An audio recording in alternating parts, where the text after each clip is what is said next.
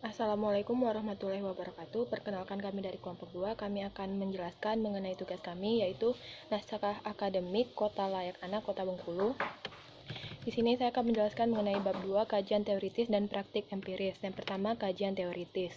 Landasan teoritis adalah landasan untuk mengidentifikasi teori-teori hukum umum maupun khusus, konsep-konsep hukum, asas hukum, aturan hukum, norma hukum, dan lain-lain yang akan digunakan sebagai landasan untuk membahas masalah penelitian.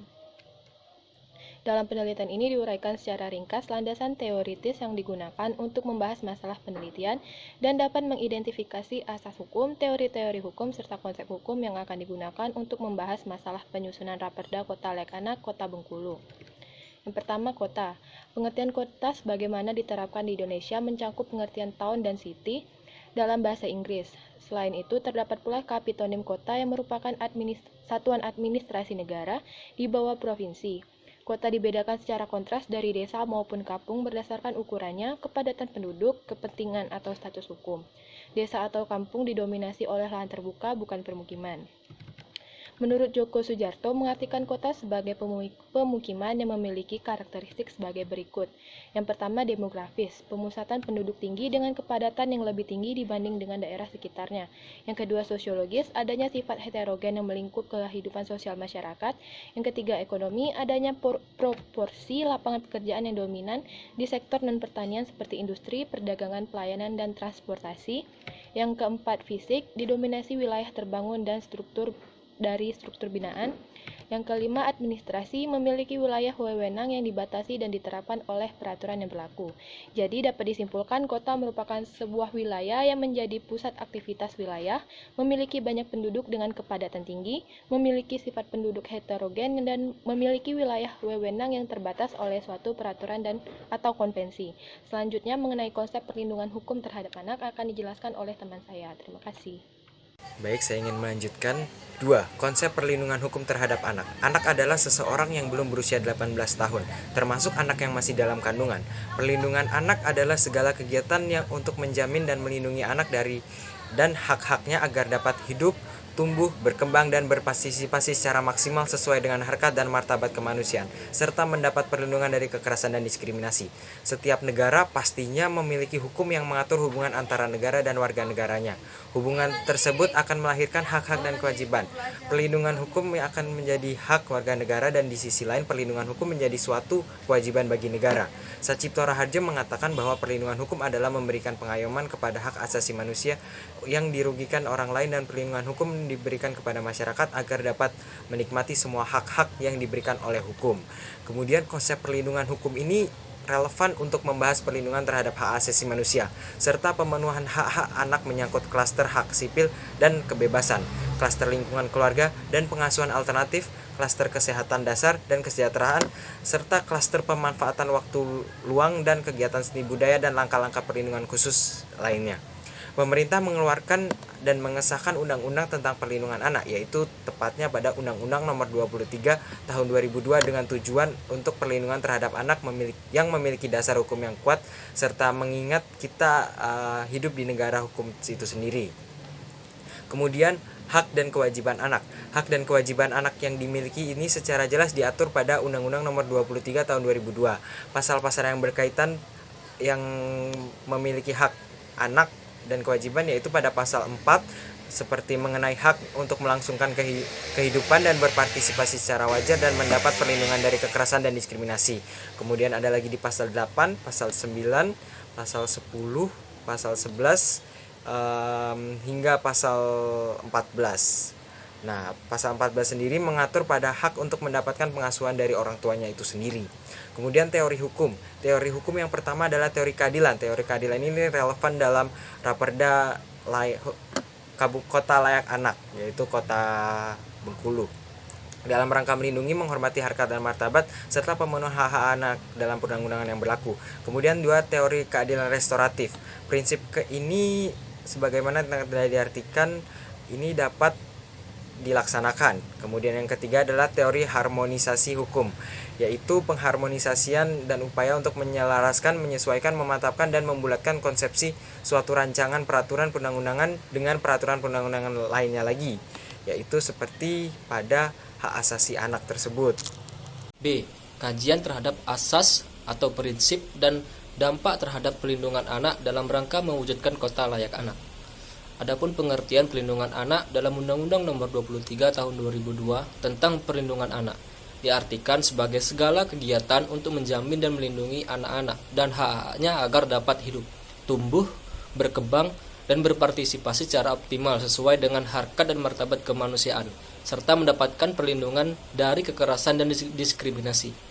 Untuk mewujudkan kota layak anak di Kota Bengkulu dengan mengingat bahwa yang pertama, anak adalah seorang yang belum berusia 18 tahun, termasuk anak yang masih dalam kandungan.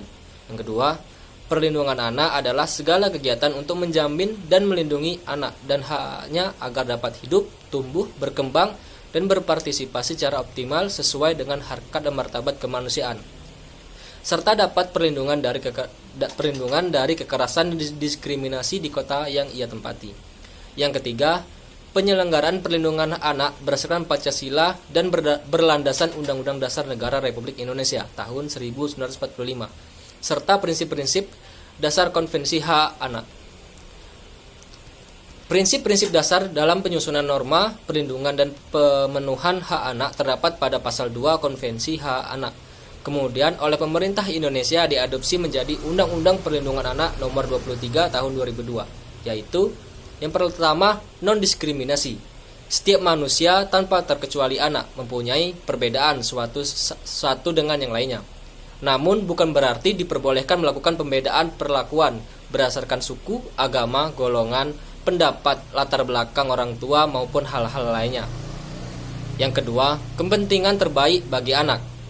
Pengertiannya adalah bahwa semua tindakan yang menyangkut anak yang dilakukan oleh pemerintah dan kepentingan yang terbaik bagi anak harus menjadi pertimbangan utama. Yang ketiga, hak untuk hidup, kelangsungan hidup, dan berkembang. Kelangsungan hidup serta berkembang adalah sebuah konsep hidup anak yang sangat besar dan harus dipandang secara menyeluruh demi anak itu sendiri. Hal ini dapat dilihat pada permasalahan hidup sehari-hari yang menyangkut kehidupan anak seperti misalnya jalur pendidikan anak, yang biasanya seringkali menjadi keputusan sepihak orang tua atau wali anak yang sah, tanpa memandang kepentingan atau bakat yang dimiliki oleh anak itu sendiri. Yang keempat, menghargai pendapat anak. Artinya, setiap pandangan anak perlu diperhatikan dalam setiap pengambilan keputusan yang akan mempengaruhi kehidupan dan perkembangan anak terhadap prinsip ini. Baiklah, di sini saya akan melanjutkan menjelaskan materi yang ketiga, yaitu kajian terhadap praktik penyelenggara kota layak anak, kondisi yang ada, serta permasalahan yang dihadapi masyarakat.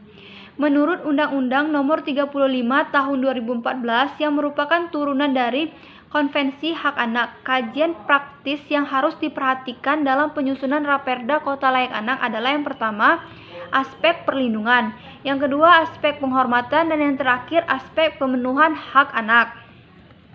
Berdasarkan ketiga aspek tersebut, pembentukan Raperda Kota Layak Anak ini adalah salah satu upaya pemenuhan aspek perlindungan hak anak yang merupakan turunan dari Konvensi Hak Anak itu sendiri. Walaupun sudah terdapat berbagai peraturan serta kebijakan mengenai perlindungan anak, akan tetapi hak-hak anak untuk memperoleh pendidikan yang layak anak masih belum dapat terrealisasikan dengan maksimal. Misalnya seperti di sekolah masih ada jajanan kantin yang tidak sehat dan bergizi. Kemudian masih ditemui karyawan sekolah yang merokok di lingkungan sekolah. Anak-anak di bawah umur yang bekerja di jalanan, serta belum adanya kawasan bermain maupun fasilitas umum yang aman untuk anak. Jadi permasalahan ini merupakan bukti belum terciptanya kota layak anak di Kota Bengkulu. Belum maksimalnya penerapan kebijakan ini berdampak pada tidak terpenuhinya hak-hak anak untuk dapat mengembangkan dirinya. Apabila permasalahan ini terus berlanjut, maka perkembangan kualitas anak di Indonesia akan terhambat. Agar terpenuhinya hak-hak anak di suatu kota, maka baiknya pemerintah memenuhi salah satu aspek penunjang kota layak anak, yaitu ketersediaan infrastruktur yang dapat memfasilitasi kebutuhan pada anak untuk menunjang pertumbuhan dan perkembangan yang terjadi dari anak sesuai dengan hak mereka. Karena sebagaimana yang telah kita ketahui bahwa kota layak anak menurut UNICEF ada kota yang menjamin hak setiap anak sebagai warga kota, yang mana hak anak diantaranya seperti mengekspresikan pendapatnya mengenai kota yang mereka inginkan, mendapatkan pelayanan dasar diantaranya seperti kesehatan dan pendidikan, memiliki rasa aman berjalan di jalan, dapat bertemu dan melakukan kegiatan bersama temannya. Hal ini dirasa sangat penting, maka dari itu hal ini merupakan salah satu bentuk kebijakan bagi pemerintah dalam penyediaan fasilitas tersebut untuk mendukung dan memenuhi kebutuhan anak sebagai bagian dari masyarakat kota. Untuk itu, perlu kiranya pemerintah membuat upaya nyata yang berkaitan dengan isu hak anak dalam perencanaan dan pembangunan. Itulah materi yang dapat saya sampaikan. Untuk materi selanjutnya akan dijelaskan oleh rekan saya. Atas perhatiannya saya ucapkan terima kasih. Assalamualaikum warahmatullahi wabarakatuh. Perkenalkan, nama saya Muhammad Nopal Sasabila, NPM B1 A018121. Di sini saya akan melanjutkan penjelasan dari kelompok saya, yaitu tentang di bagian D, kajian terhadap implikasi pada aspek kehidupan bermasyarakat dan dampaknya pada aspek beban keuangan daerah. Pembentukan peraturan daerah Kabupaten Bengkulu tentang kota layak anak akan membawa implikasi pada aspek kehidupan masyarakat, yakni adanya tuntutan untuk meningkatkan komitmen pemerintah, masyarakat, dan dunia usaha di kabupaten atau kota dalam upaya mewujudkan pembangunan yang peduli terhadap anak, kebutuhan dan kepentingan terbaik bagi anak. B. Adanya tuntutan untuk mengintegrasikan potensi sumber daya manusia, keuangan, sarana, prasarana, metode dan teknologi yang ada pada pemerintah, masyarakat, serta dunia usaha di kabupaten atau kota dalam mewujudkan hak anak. C. Adanya tuntutan untuk mengimplementasikan kebijakan perlindungan anak melalui perumusan strategi dan perencanaan pembangunan kabupaten atau kota secara menyeluruh dan berkelanjutan sesuai dengan indikator kabupaten kota layak anak. Dan D. Adanya tuntutan untuk memperkuat peran dan kapasitas pemerintah kabupaten atau kota dalam mewujudkan pembangunan di bidang perlindungan anak. Pembentukan peraturan daerah Kota Bengkulu tentang kota layak anak akan membawa implikasi pada aspek keuangan daerah, sehingga sangat diperlukan adanya pengaturan sebagai dasar penyelenggaraan kota layak anak di Kota Bengkulu. Itu saja penjelasan dari saya. Saya akhiri. Wassalamualaikum warahmatullahi wabarakatuh.